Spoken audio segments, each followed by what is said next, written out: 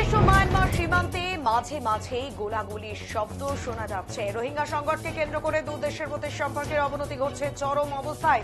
জাতিসংঘের পক্ষ থেকে রোহিঙ্গা সমাধানে নানামুখী যোগ দেওয়া হলেও প্রায় 15 লাখ রোহিঙ্গা বাংলাদেশ সীমান্তে আশ্রয় নিয়ে বসবাস করছে। বাংলাদেশের বান্দরবান পার্বত্য জেলার নাইক্ষ্যংছড়ি উপজেলার ঘুমধুম সীমান্ত ঘুরে রোহিঙ্গাদের বাস্তব অবস্থা নিয়ে রিপোর্ট করছেন আমাদের ঢাকার প্রতিনিধি হাবিবুর রহমান। রোহিঙ্গাদের সাথে কথা বলে তুলে ধরছেন রোহিঙ্গা সংকটের বাস্তব অবস্থা। এলাকায় মায়ানমারের ওপার থেকে বাংলাদেশ সীমান্তে বসবাসরত মানুষ মাঝে মাঝেই গোলাগুলির শব্দ শুনতে পাচ্ছেন বলে জানিয়েছেন স্থানীয় বাসিন্দারা। ঘুমধুম বান্দরবানের নাইক্ষ্যংছড়ি উপজেলায় হলেও এটি কক্সবাজারের উখিয়া উপজেলার পাশের এলাকা। স্থানীয়রা বলেন, সীমান্তের অপর প্রান্তে যেখানে গোলাগুলির শব্দ হচ্ছে সেখানে রাখাইনের বিদ্রোহী গোষ্ঠী আরকান আর্মির দুটি ক্যাম্প রয়েছে। রাইট এবং লেফট ক্যাম্প নামে পরিচিত ক্যাম্পগুলো 2024 সালের ফেব্রুয়ারিতে জান্তার কাছ থেকে নিজেদের নিয়ন্ত্রণে নিয়েছিল আরাকান আর্মি। আর ক্যাম্পগুলোর মাঝামাঝি স্থান নারিকেল বাগিচায় গত রাতেও গোলাগুলির শব্দ পেয়েছিলেন স্থানীয়রা। আরকান আর্মির সাথে বিচ্ছিন্নবাদী অন্য কোনো সংগঠন আরশা RSOর মধ্যে গোলাগুলি হতে পারে বলেই ধারণা।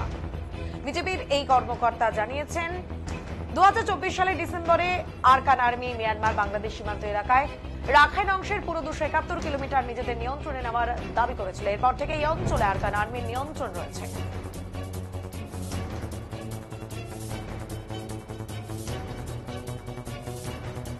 মঞ্জুর আল হাসানের সাথে, যাদের পরিবার একসময় মিয়ানমারে ছিল, তারা মিয়ানমারের জান্তা সরকার এবং স্থানীয় মগ জাতিদের সাথে যে দ্বন্দ্ব সহিংসতা, এই সহিংসতার ফলে তারা ওখানে বস্তুচ্যুত হয়ে এই বাংলাদেশের ক্যাম্পে এসে আশ্রয় নিয়েছে। আচ্ছা, বলুন তো, আপনি কিছু বলুন। আসসালামু আলাইকুম। আমি হচ্ছে 25 আগস্টে মায়ানমার থেকে চলে আসলাম।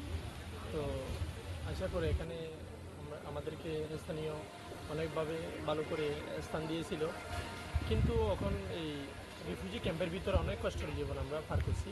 কিন্তু একটু ঘোরার জন্য আমি হচ্ছে এশিয়ান হাইওয়ে রুটে চলে আসি। তো সেখানে আপনার দেখা, আপনি আমাদের মায়ানমারের প্রশংসা করছেন, এই জন্য আপনাকে আমার অনেক ভালো লাগছে। Thank you. আমরা কথা বলছি মঞ্জুর, কি বলো? বাংলাদেশের শেষ সীমানা, হ্যাঁ, ওর পাশে হচ্ছে মিয়ানমার। মিয়ানমার গেলে কিলোমিটার গেলে মিয়ানমার শুরু। আচ্ছা, তুমি কি স্থানীয় অধিবাসী? আচ্ছা, এখানে কি মিয়ানমারে গোলাগুলি হলে শোনা যায় শব্দ? হ্যাঁ, অবশ্যই শোনা যায়। হ্যাঁ। মানে স্থানীয় মানুষের তো সমস্যা হয়, প্রবলেম হয় স্থানীয় মানুষের। হ্যাঁ, কি ধরনের প্রবলেম? হ্যাঁ, আর মিয়ানমারের কি জান্তা বাহিনীর সাথে কি এখন আরাকান আর্মি গন্ডগোল চলতেছে? এটা ভিতরে খবর এখন আমরা জানি না আপাতত। মানে ওরা আছে, সবসময় উত্তেজনা থাকে এখানে? সবসময় বলতে ওইরকম না, মাঝে মধ্যে যখন ওদের মধ্যে দ্বন্দ্ব লাগে তখন একটু ইয়ে থাকে। কি? আসসালামু আলাইকুম। আমার নাম হলো মোহাম্মদ আনাস। আর এটা মানে গুত্তা সিরাজা। না, তোমার মিয়ানমারের কোন অঞ্চলে তোমার বাড়ি ছিল? গ্রামের নাম কি ছিল মিয়ানমারের? আমার গ্রাম নাম ছিল উপরপাড়া বলি। উপরপাড়া ছাপ বাজার হয়েছিল। ওখান থেকে এখানে কবে আসছো? 2017 সালে আসছি। এখন কি লেখাপড়া করো নাকি? জি, লেখাপড়া। কোথায়? ক্যাম্পে করি, কমিউনিটি হাই স্কুল। কোন ক্লাসে? ক্লাস 11-এ করি। ও, তোমার নাম জানি কি বললা? মোহাম্মদ আনাস। মোহাম্মদ আনাজের সাথে কথা বলছিলাম। মোহাম্মদ আনাজ 17 সালে পরিবারের সাথে এই বাংলাদেশে ওখানে সহিংসতার ফলে অনিরাপদ জীবন থেকে বাঁচার জন্য বাংলাদেশের সেই রোহিঙ্গা ক্যাম্পে পরিবার সহ আশ্রয় নিয়েছে এবং সে এখানে লেখাপড়া করছে। এখন কেমন আসলে ওই সীমানা, ওই পারের মানে কি খবর জানছো? ওই পার কেমন আছে ওপারের মানুষ? ওই পারে তো এখন অনেক মারামারি চলছে, এখন অনেক গন্ডগোল এখানে। কাদের সাথে?